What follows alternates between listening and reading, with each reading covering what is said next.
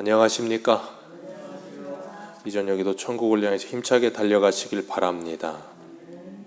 오늘은 우리가 벨직 신앙고백서 6번째 시간으로 정경이라는 제목으로 같이 말씀을 나누도록 하겠습니다.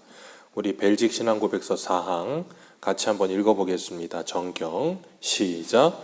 우리는 성경이 구약과 신약 두 부분으로 구성되어 있으며 이 책들은 정경이고 이에 대한 어떤 이의도 제기할 수 없음을 믿습니다.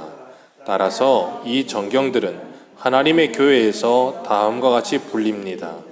구약의 책들은 모세오경, 즉 창세기, 출애굽기, 레위기, 민수기, 신명기, 여호수아, 사사기, 룻기, 사무엘 2권, 역대기 2권, 에스라, 느헤미야, 에스더, 욥기, 다윗의 시편, 솔로몬의 책 3권, 즉 잠언, 전도서, 아가, 대선지서 4권, 즉 이사야, 예레미야, 에스겔, 다니엘, 소선지서 12권, 즉 호세아, 요엘, 아모스, 오바댜, 요나, 미가, 나움, 하박국, 스바냐, 학개, 스가랴, 말라기입니다. 신약의 책들은 복음서 4권, 즉 마태, 마가, 누가, 요한, 역사서, 사도행전, 사도 바울의 서신서 14권, 즉 로마 교회에 하나, 고린도 교회에 2, 갈라디아 교회에 하나, 에베소 교회에 하나, 빌립보 교회에 하나, 골로새 교회에 하나, 데살로니가 교회에 2, 디모데 교회에 2, 기도에게 하나, 빌레몬에게 하나, 히브리 교회에 하나, 다른 사도들의 서신서 7개, 즉 야고보의 편지 하나, 베드로의 편지 2, 요한의 편지 3, 유다의 편지 하나, 그리고 사도 요한의 계시록입니다. 우리가 이 부분에 대해서 정경, 성경에 대해서 우리가 보게 될 텐데, 하나님께서는 하나님 자신을 계시하기 위해서 2권의 책을 쓰셨다 그랬어요. 그래서 첫 번째는 하나님께서 이 천지 만물, 자연이라고 하는 책을 통해서 하나님의 신성과 하나님의 능력을 보여주셨다 그랬어요. 그래서 우리는 자연 만물을 보면서도 누구를 발견할 수 있어요? 하나님을 발견할 수 있다 그랬어요. 그런데 성령으로 말미암지 않고는 누구도 예수를 주라 시인할 수 없고 하나님을 알 수가 없어요. 그렇기 때문에 자연 만물을 보면서 세상 사람들은 하나님을 발견하는 게 아니라 뭘 해요? 우상 숭배를 한다 그랬어요. 왜냐하면 자연을 통해서 뭔가 이 기라는 것이나 아니면 어떤 이 포스 그런 걸 느낀다 그랬잖아요. 웅장한 폭포나 웅장한 무슨 자연 광경을 보면 와 하면서 엄청나다 그런 게 있잖아요. 그런 걸 통해서 뭔가 신이 있긴 있구나 하는 짐작은 해요. 어린 짐작은. 그렇기 때문에 이 굿하는 사람들이나 그런 사람들은 그런 데 가서 기를 받는다 그러잖아요. 영험한 뭐를 받는다고. 그런 우스꽝스러운 짓을 하는데, 하나님께서는 자연 만물을 통해서 하나님을 우리에게 가르쳐 주셨고, 또 성경 말씀을 통하여서 우리의 구원이 무엇인지, 구원받은 우리가 어떻게 살아야 되는지, 하나님의 구원과 거룩에 대해서 우리에게 성경을 통해서 하나님이 어떤 분이신지를 가르치신다 그랬어요. 그렇기 때문에 우리는 자연과 그리고 성경을 통하여서 하나님을 알고 하나님의 자녀답게 우리가 어떻게 성숙하며 성장하며 자라야 하는가 하는 것에 대해서 분명히 알 수 있다 그랬습니다. 오늘은 하나님의 말씀인 성경을 정경이라고 부르는데 구약과 신약 두 부분이 있다 그랬어요. 이 정경이라는 말은 헬라어로 캐논이라는 말이에요. 우리가 캐논하면 이 카메라가 먼저 생각이 나는데, 이 캐논이라는 뜻이 표준, 규범, 규칙 그런 뜻을 가지고 있어요. 그러니까 이 정경, 구약과 신약은 표준이다. 뭐의 표준이에요? 하나님의 말씀의 표준이다 그 말이에요. 이 말씀을 더하거나 덜할 수도 없다. 이 말씀만이 하나님의 말씀이다 라고 우리에게 말씀하고 계시는 거예요. 그렇기 때문에 우리가 이 하나님의 말씀이 분명히 우리 안에 표준으로 기준으로 세워져 있어야 우리가 뭘 할 수 있냐면 분별을 할 수 있다 그랬어요. 그래서 하나님께서 우리에게 지금도 어떤 환상을 보여주실 수도 있고 어떤 음성을 들려주실 수도 있는데, 그것이 뭐를 따라서, 성경을 따라서 분명하게 분별이 되어서 아, 이게 성경적이구나. 그럴 때는 뭐예요? 아, 하나님께서 우리의 신앙을 일깨우시는구나 깨달으면 되는 거예요.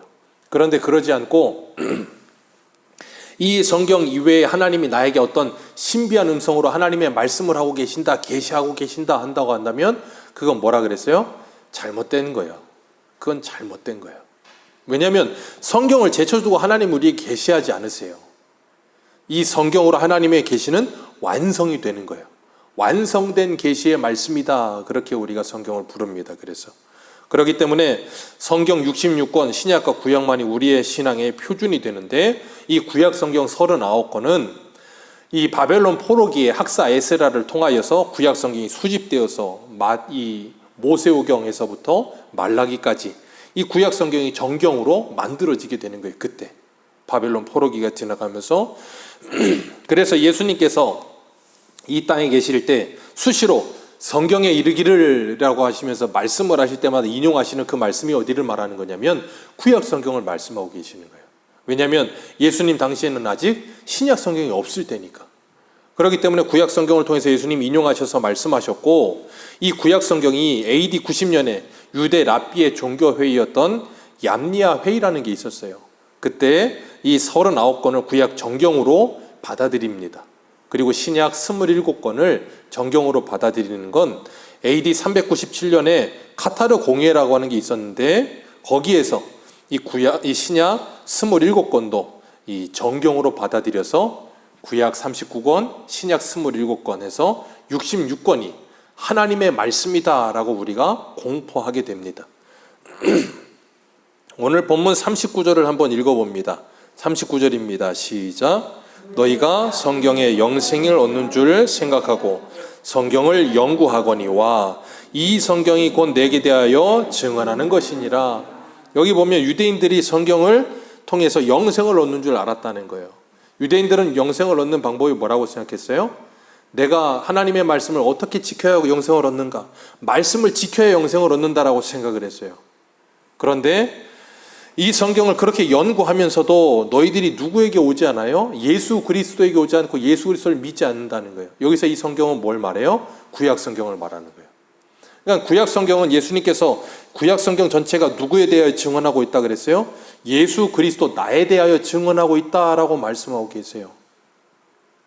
그렇기 때문에 이 구약 성경을 통하여서 예수 그리스도를 믿어야 되는데 믿질 않는 거예요. 눈에 보이는데도 믿질 않아요.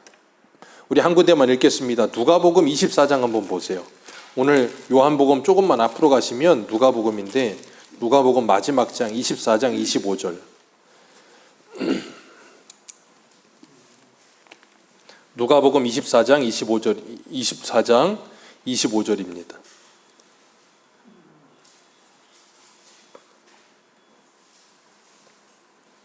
누가복음 24장 25절. 신약성경 140페이지. 우리 다 찾으신 줄 알고 25절부터 27절까지 읽겠습니다. 이르시되 미련하고 선지자들이 말한 모든 것을 마음에 더디 믿는 자들이여 그리스도가 이런 권한을 받고 자기의 영광에 들어가야 할 것이 아니냐 하시고 이에 모세와 모든 선지자의 글로 시작하여 모든 성경에 쓴 바 자기에 관한 것을 자세히 설명하시니라. 아멘. 예수님께서 여기서 말씀하시기를 미련하고 선지자들의 말한 모든 것을 마음에 더디 믿는 자들아 그러시면서 엠마오로 내려가는 두 제자를 책망하세요. 부활하신 예수님께서. 그리고 그 두 제자에게 뭘 가르치세요? 그리스도가 이런 고난을 받고 자기의 영광에 들어가야 할 것이 아니냐 하는 것을 구약 성경을 통해서 가르치셨다는 거예요. 그리고 이에 모세와 모든 선지자의 글로 시작하여서 성경에 쓴 바, 여기 성경이 뭐라고요? 구약 성경. 성경에 쓴 바 자기에 관한 것들을 자세히 뭐 하시니라? 설명하시니라. 그러니까 구약 성경은 누구에 대해서 자세하게 설명하고 있어요? 예수 그리스도에 대해서 자세하게 설명하고 있다는 거예요. 그러니까 우리는 구약 성경을 읽으면서 누구를 봐야 되는 거예요? 오실 메시아이신 예수 그리스도를 자세히 봐야 되는 거예요. 그런데 유대인들이 성경을 잘 연구한다고요. 열심히 연구하고 성경에서 영생을 얻는 줄도 알았어요. 그런데 문제는 성경을 열심히 연구는 하는데 누구는 믿지 않아요? 그 성경에서 말하는 예수님을 믿지 않는다는 거예요. 안식일은 열심히 지키고 있는데 안식일의 주인이시고 안식일의 실체이신 예수님을 믿지 않는 거예요. 그러면서 안식일과 안식년과 희년을 주신 이유가 예수님 안에서 참된 안식이 뭔지를 가르쳐주기 위해서 그걸 준 건데 이 그림자를 지키느라고 실체이신 예수님을 믿질 않아요. 얼마나 어리석습니까? 우리 주일학교 아이들 주일학교 때는 요즘 저희 교회도 하고 있지만 사도신경이나 주기도문이나 십계명 외우면 아이들한테 달란트 줘요. 너희들 이거 외우면 20달란트. 그럼 애들이 와 그러면서 외웁니다. 열심히 외워요. 그런데 주기도문하고 사도신경을 열심히 외우긴 했는데 그게 뭔지 몰라. 외워서 외울 줄은 알아. 근데 이게 뭘 의미하는지를 모르는 거예요. 주기도문이 뭔지, 기도인지 주문인지도 모르고 뭘 기도하라는 건지도 모르고 사도신경이 뭔지 내가 믿는 하나님이 누구신지에 대해서 제대로 몰라. 그러면 사도신경을 외우는 이유가 있습니까? 없습니까? 그 외운 게 아무 유익이 되지 않는 거예요. 유대인들이 마치 그랬다는 거예요. 성경을 열심히 외우고 열심히 연구했습니다. 그런데 예수님을 믿지 않아요. 그럼 아무 유익이 되지 않는 거예요. 그렇게 어리석게 열심을 내는 거예요. 그래서 로마서 10장 2절과 3절에 보면 바울이 이런 말을 해요. 내가 증언하노니 그들이 하나님께 열심히 있으나 올바른 지식을 따르는 것이 아니니라. 하나님의 의의를 모르고 자기의 의의를 세우려고 힘써 하나님의 의의에 복종하지 아니하였느니라. 아멘. 하나님의 의의를 몰라요. 하나님이 뭘 요구하시는지도 몰라요. 그러니까 뭐예요? 열심히는 해요. 그러니까 그런 열심이 제일 무서운 열심이에요. 열심히 하면 할수록 뭐예요? 하나님과 멀어져요. 그러니까 오늘날도 그럴 수 있어요. 열심히는 합니다. 열심은 있어요. 그런데 올바른 지식을 따르는 열심이 아닌 거예요. 하나님을 모르고 열심히 해요. 그럼 오히려 하나님과 대적이 되어버리는 거예요. 사도 바울이 그랬었잖아요. 그러니까 그리스도인 잡겠다고 다메섹까지 열심히 달려가는 그 열심히 특심했던 바울. 그 사람이 예수를 믿고 나서 자기가 얼마나 잘못된 열심에 빠져 있었는지를 분명히 아는 거예요. 그렇기 때문에 우리가 하나님의 말씀인 성경을 읽으면서 신앙생활을 하면서 하나님이 우리에게 유일하게 예수님이 우리에게 주신 세 계명이 뭐라 그랬어요? 서로 사랑하라. 내가 너희를 사랑한 것 같이 서로 사랑하라. 사랑은 율법의 완성이니라. 사랑하는 자는 이웃에게 악을 행하지 아니하느니라. 이런 말씀들을 열심히 읽고 배우고 외워요. 그런데 그렇게 읽고 배우고 외우면서 싸워요. 그러면 어떻게 돼요? 그러면 안 되는 거예요. 그러니까 우리가 이런 하나님의 말씀을 읽고 배우고 외우는 이유는 내가 그 말씀에 순종하기 위함이에요. 나를 쳐서 그 말씀에 복종케 하는 것, 내 감정과 기분은 그렇지 않다 할지라도 하나님의 말씀이 그러하시기 때문에 거기에 뭐예요? 순종하는 거예요. 싫어도 하는 거예요. 왜? 하나님의 명령이니까. 그러니까 싫어도 하면서 뭐 하는가 하면 내 마음은 달갑지가 않거든요.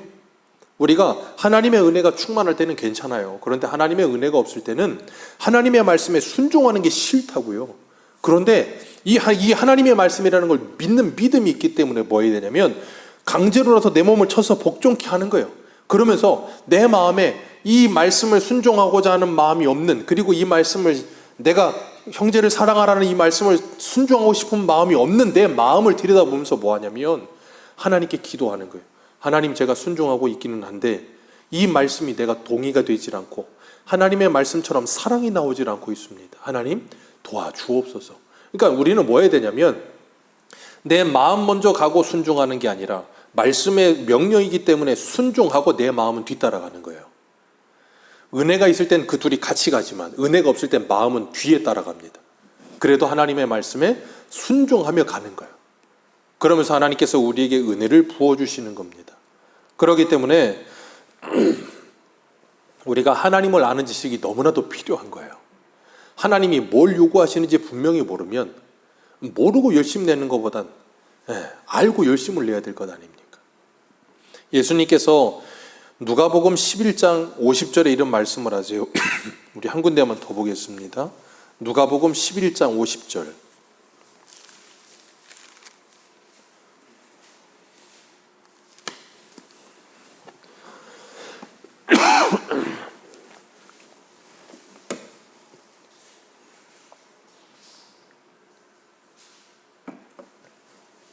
누가복음 11장 50절.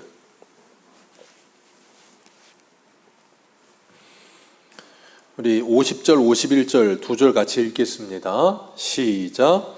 창세 이후로 흘린 모든 선지자의 피를 이 세대가 감당하되 곧 아벨의 피로부터 제단과 성전 사이에 죽임을 당한 사가랴의 피까지 하리라. 내가 너희에게 이르노니 과연 이 세대가 담당하리라. 아멘. 여기 보면 예수님께서 창세 이후로 모든 선지자의 피를 이 세대가 담당할 것이다 그랬어요. 창세 이후로 모든 선지자, 그러면서 시작이 누구라 그래요? 아벨. 네, 아벨부터 시작하는 거예요. 그래서 마지막이 어디예요? 사가랴 그랬어요. 이 사가랴는 역대하 24장에 보면 아달랴가 남유다 여왕으로 있을 때 자기 아들 아하시아가 죽고, 그러니까 아달랴가 정신이 나가서 자기 손주들을 다 죽여버리잖아요. 그리고 자기가 여왕이 된다고요. 그때 이 아달랴의 아들 하나를 살려내요. 그 아달랴의 누나였던 그 여인의 남편이 대제사장인데 여호야다와 함께 그 둘이서 요아스를 살려냅니다. 그리고 요아스를 성전에 숨겨놓고 7년 동안 키워요. 그리고 7살 때 요아스를 왕으로 세웁니다. 그리고 아달랴를 죽여요. 그리고 난 다음에 요아스가 자라면서 여호야다 대제사장이 있을 동안에는 열심히 하나님을 섬겼어요. 그런데 여호야다가 죽고 난 후에 옆에서 이상한 소리 하는 사람들의 말에 현혹이 되어서 우상 숭배하기 시작합니다. 그때 그 여호야다의 아들인 사가랴가 와서 이 요아스에게 책망하면서 우상 숭배하지 말라고 그랬더니 요아스가 대번에 그 여호야다의 아들을 죽여버려요. 그래서 예수님께서 지금 이 말씀하시는 거예요. 아벨의 피로부터 사가랴의 피까지라. 왜 그러냐면 유대인들에게 있어서 AD 90년에 구약 39권이 정경으로 인정되기 전까지 유대인들의 이 성경, 구약 성경의 기준으로는, 순서로는 창세기부터 구약 성경 마지막에 말라기가 아니고 역대하였어요. 역대하가 어떤 내용으로 끝나냐면 남유다가 하나님께 불법을 범함으로 바벨론의 포로로 끌려가요. 그리고 그 36장 마지막에 보면 고레스가 그들을 다시 회복시킵니다.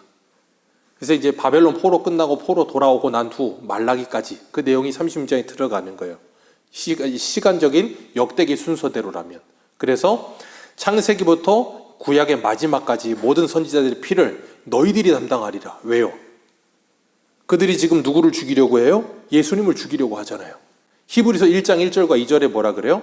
구약의 모든 선지자들이 여러 모양과 여러 방법으로 말씀하신 것을 마지막에는 누구를 통해서? 그 아들을 통해 말씀하셨어요. 근데 가인부터 해서 모든 사람들, 유대인들은 전부 다 그 하나님의 선지자들을 뭐 했어요? 다 죽여버렸어요. 다 핍박했습니다. 그리고 예수님이 와도 뭐예요? 유대인들이 예수님을 핍박하는 거예요. 이방인들이 예수님을 핍박하는 게 아니에요. 유대인들이 예수님을 핍박합니다. 사도 바울을 핍박하는 거 이방인들이 핍박하는 게 아니에요. 유대인들이 따라다니면서 이 바울을 핍박하는 거예요. 그러면서 하나님을 열심히 섬긴다 하면서 뭐예요? 하나님을 오히려 대적하는 그런 어리석은 모습을 보이는 거예요. 그러니까 예수님께서도 지금 뭐하고 계시냐면 구약 성경 39권을 전부 다 뭘로 인정하시는 거예요? 하나님의 말씀으로 인정하고 계시는 거예요. 이 말씀을 통해서. 그리고 우리가 지금 읽고 있는 이 벨직 신앙 고백서 기도 드 브레가 17세기에 이 구약 39권의 모든 성경을 정경으로 인정하면서 신약 27권도 정경으로 인정하면서 하나하나 목록을 나열하고 있는데, 이 목록을 나열하는 이유는 뭐냐면 이 당시에 17세기 당시에 이 구약 성경, 신약 성경 66권 외에 다른 성경도 여기다 추가시켜야 된다. 그리고 여기서 어떤 성경은 빼버려야 된다 하는 사람들이 있었어요. 그 대표적인 사람들이 누구냐면 로마 카톨릭. 로마 카톨릭은 지금도 우리랑 성경이 다릅니다. 그 사람들은 성경을 잘 읽진 않지만 어쨌든 성경이 있어요. 그런데 우리랑 성경이 달라요. 그 사람들은 이 성경에다가 한 7권 정도를 더했는데 그게 외경이라고 하는 거예요.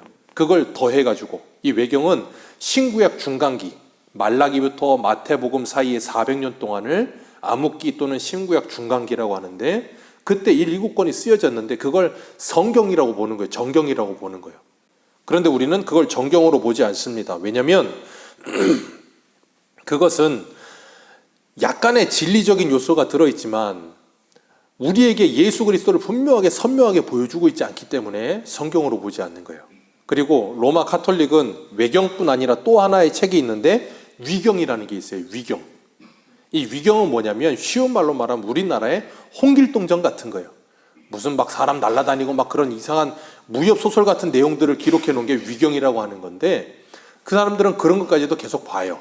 그런데 우리는 위경은 아예 그냥 말 그대로 거짓 있죠. 잘못된 거짓말이고, 외경은 우리가 충분히 참조할 만한 내용이지만 이건 성경은 아니다, 그렇게 인정하는 거예요. 그 내용이 뭐냐면 토비트, 그리고 유딧, 지혜서, 집회서, 바룩서, 마카비, 상하, 이렇게 7권의 책이 있어요.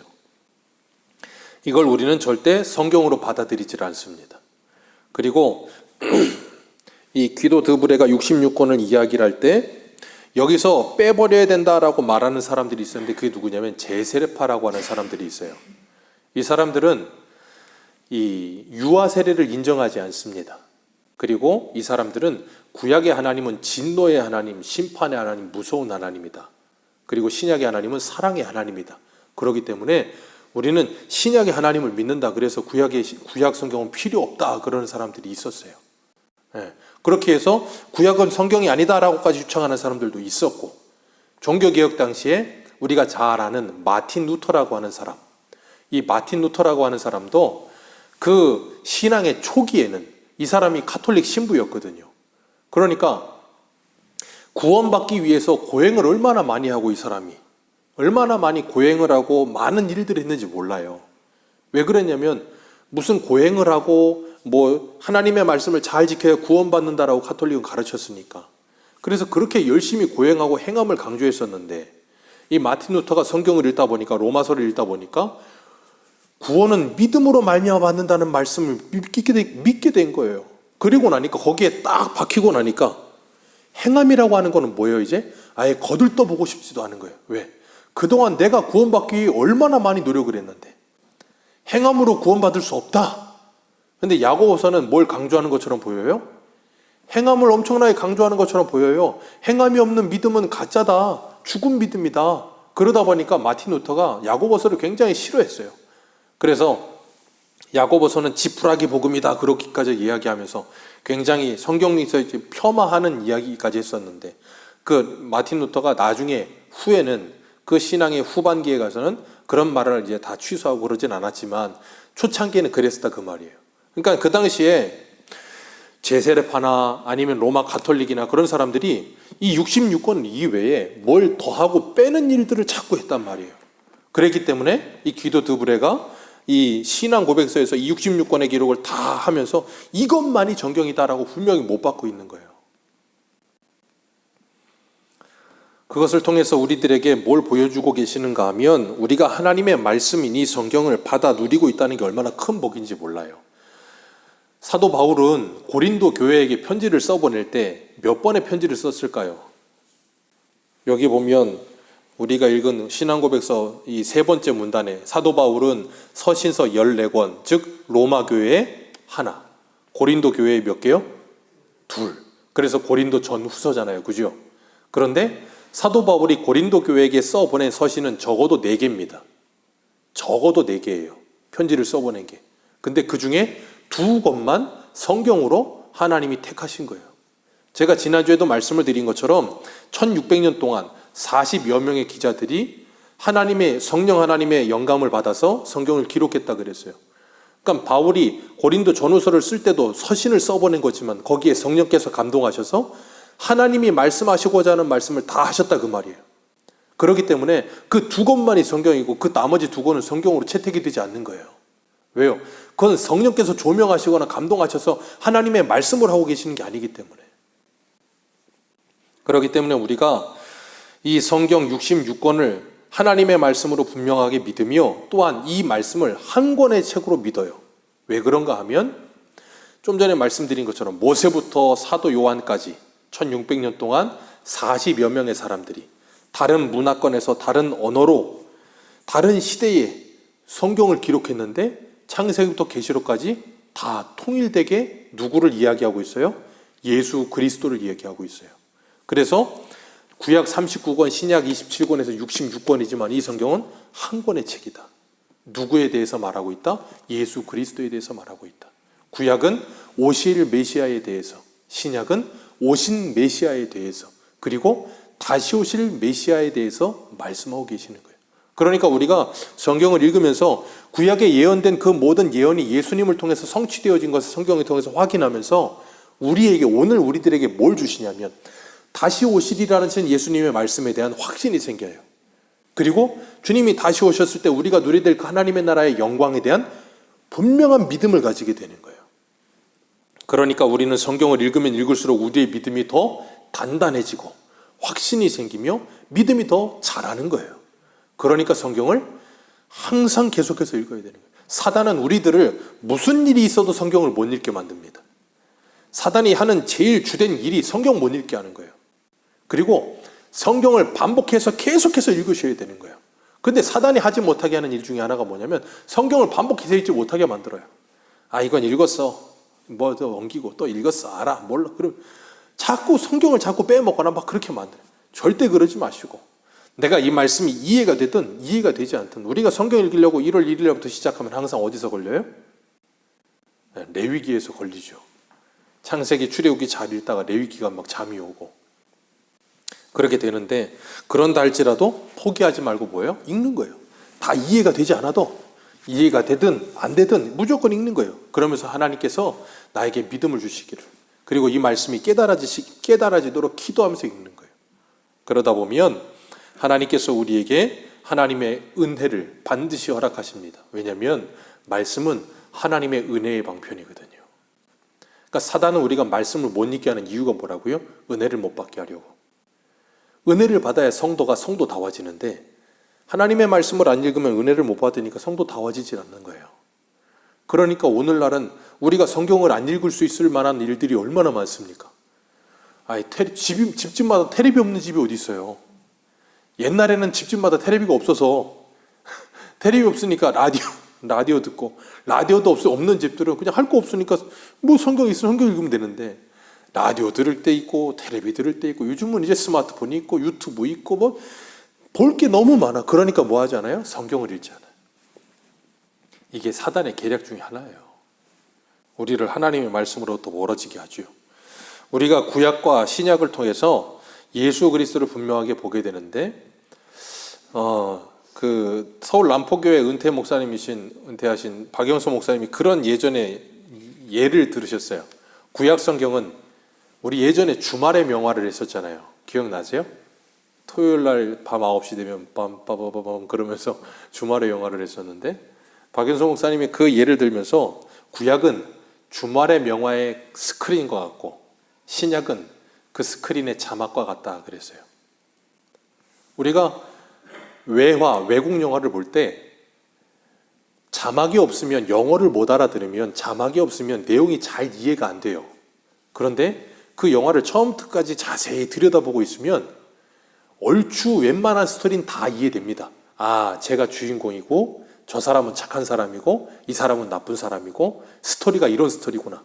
한 번 봐서 모르면 두 번 보고 세 번 보고 네 번 보다 보면 내가 영어도 모르고 자막도 없어도 그 내용을 다 알아요. 신기하게. 그런데 그걸 더 분명하고 정확하게 하려면 뭐가 필요하냐면 자막이 필요해요. 자막이 있으면 그 그림이 선명하게 구체적으로 다 이해가 됩니다. 그러니까 우리가 구약을 통해서 구약을 읽고 또 읽다 보면 구약을 통해서 누구를 발견한다고요? 예수 그리스도를 발견한다고요.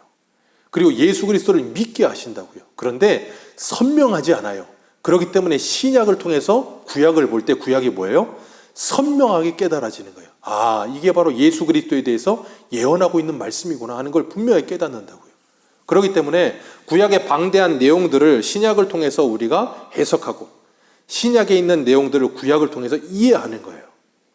그래서 성경은 성경으로 해석한다, 그런 말이 나오는 겁니다.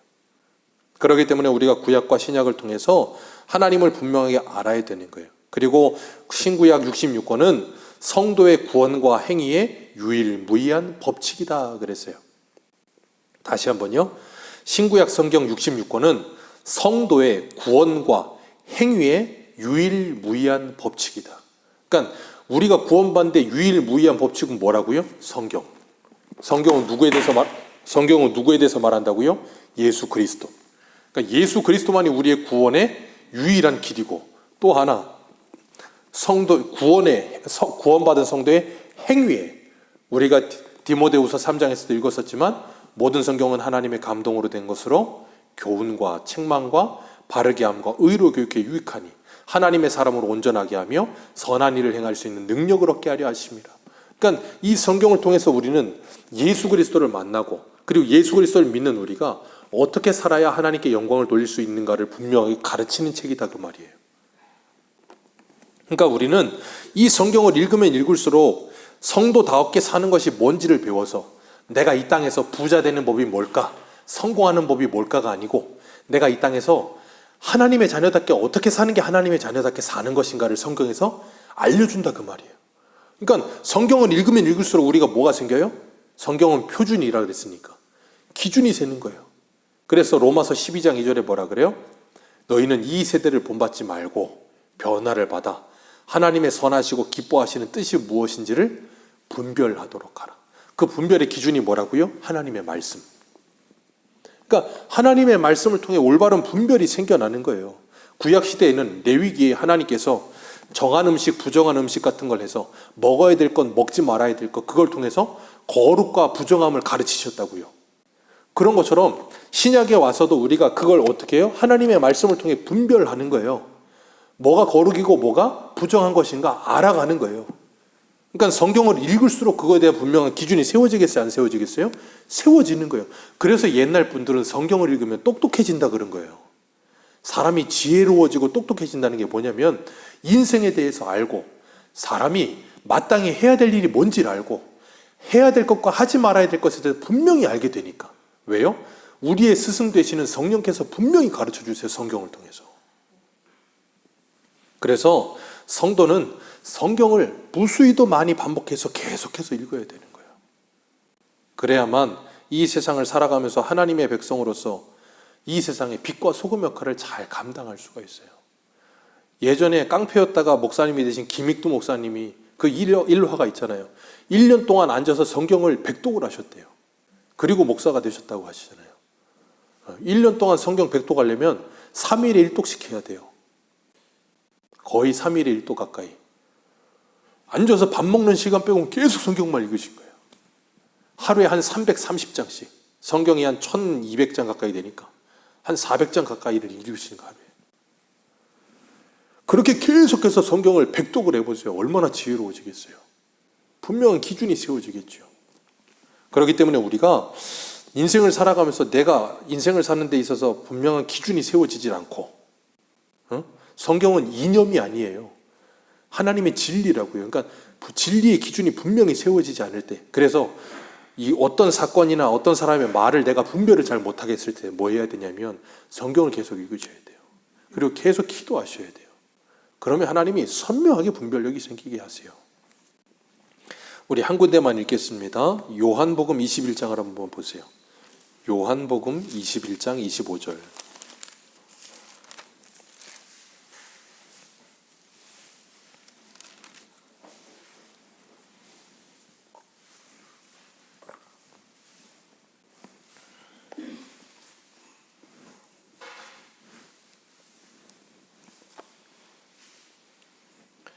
요한복음 21장 25절입니다.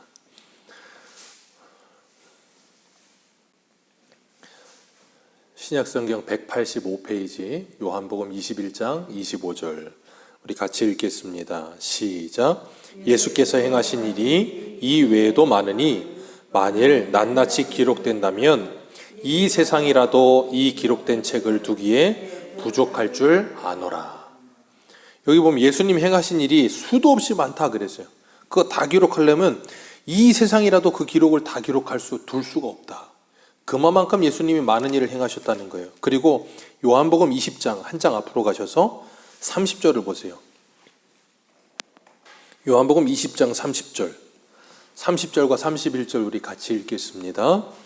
예수께서 제자들 앞에서 이 책에 기록되지 아니한 다른 표적도 많이 행하셨으나 오직 이것을 기록함은 너희로 예수께서 하나님의 아들 그리스도이심을 믿게 하려 함이요 또 너희로 믿고 그 이름을 힘입어 생명을 얻게 하려 하심이라.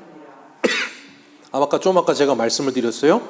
신구약 66권의 성경은 성도의 구원과 행위의 유일무이한 법칙이다. 예수님이 수많은 표적을 행하셨고 이 성경에 기록된 것 말고도 더 많은 말씀을 하셨을 거란 말이에요. 근데 그걸 다 기록하지 않는 이유는 이것만 기록해도 너희가 예수님께서 하나님의 아들 그리스도이심을 믿는데 아무런 부족함이 없다 그 말이에요. 그리고 너희가 믿고 그 이름을 힘입어 생명을 얻게 하는데 아무런 부족함이 없다. 이걸로 충분하다 그 말이에요. 우리가 구약 성경도 보면 이 성경을 기록한 선지자들을 이 문서 선지자 그렇게 말을 해요. 이제 이사야, 예레미야, 다니엘, 호세아 그런 선지자들 하나님의 말씀을 문서로 기록했다 그 말이에요. 그런데 하나님의 말씀을 전하는 선지자들은 그렇게 문서로 기록한 선지자들뿐 아니라 다른 선지자들도 많았었어요. 엘리야, 엘리사 선지자예요. 근데 그들이 기록한 성경은 없잖아요. 그죠? 그런데 하나님께서는 그렇게 엘리야, 엘리사가 말했던 그런 말들이나 뭐 그런 걸 다 기록하지 않으셨다고요. 왜요?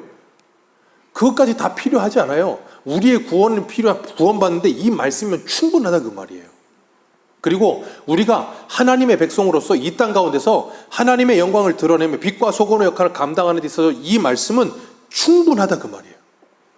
그러니까 우리는 이 말씀을 붙들고 기록된 우리에게 주신 완성된 계시의 말씀을 붙들고 이제 우리가 뭐 해야 되냐면 예수 믿어야 되고 첫 번째 그게 하나님의 뜻이고 하나님의 일이니까 두 번째 예수 믿는 우리가 하나님의 백성으로서 어떻게 살아야 될지에 대해서 충분하게 우리에게 말씀하셨기 때문에 이 말씀을 끊임없이 읽고 묵상하면서 뭐예요? 하나님의 자녀답게 자라야 되는 거예요. 그리스도의 장성한 분량에 이르도록. 그게 우리가 해야 될 일이라는 거예요. 이 땅에서. 그걸 위해서 하나님께서 우리에게 성경을 주셨고 성경을 읽게 하셨다는 거예요.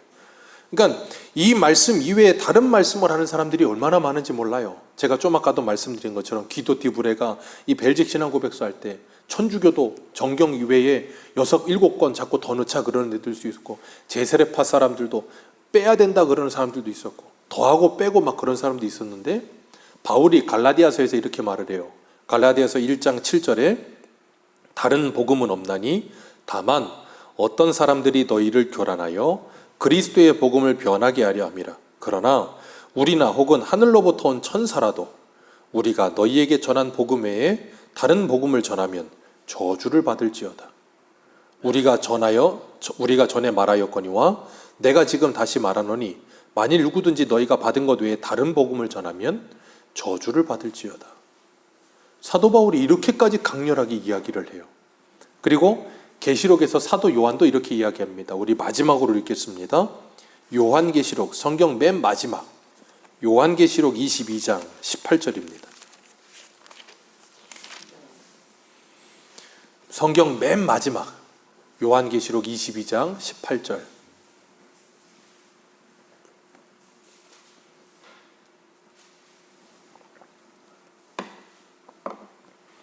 22장 18절 19절입니다. 두 절 같이 읽겠습니다. 시작.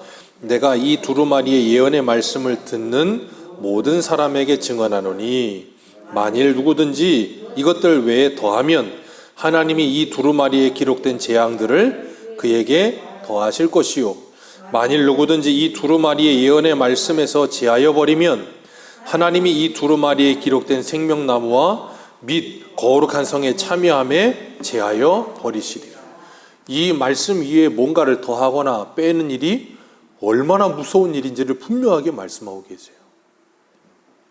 그렇기 때문에 모든 성경은 하나님의 감동으로 된 것임을 믿고 이 하나님의 말씀을 붙들고 우리가 하나님의 교훈과 책망과 바르게 함과 의로 교육함이 유익한 이 하나님의 말씀을 늘 묵상하면서 읽고 또 읽으면서 우리 안에 뭘 가득히 채워요?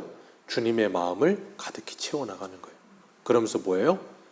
더 사랑하는 하나님의 사람으로 세워져 가는 거예요.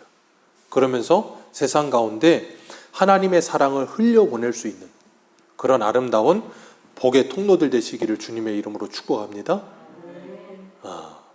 말씀을 더 많이 읽고 예배를 더 많이 드리고 있는데도 불구하고 내가 더 사랑이 나오지 않는다면, 말씀을 더 많이 읽고 예배를 더 많이 드리고 있는데도 내가 더 섬김이 나오지 않고 있다면 내가 지금 뭔가 잘못되었구나 확인하시고 다시금 하나님의 말씀으로 돌아가서 그 말씀을 정밀하게 읽어가면서 주님을 닮아가는 저와 여러분들 되시기를 축복합니다. 기도하겠습니다.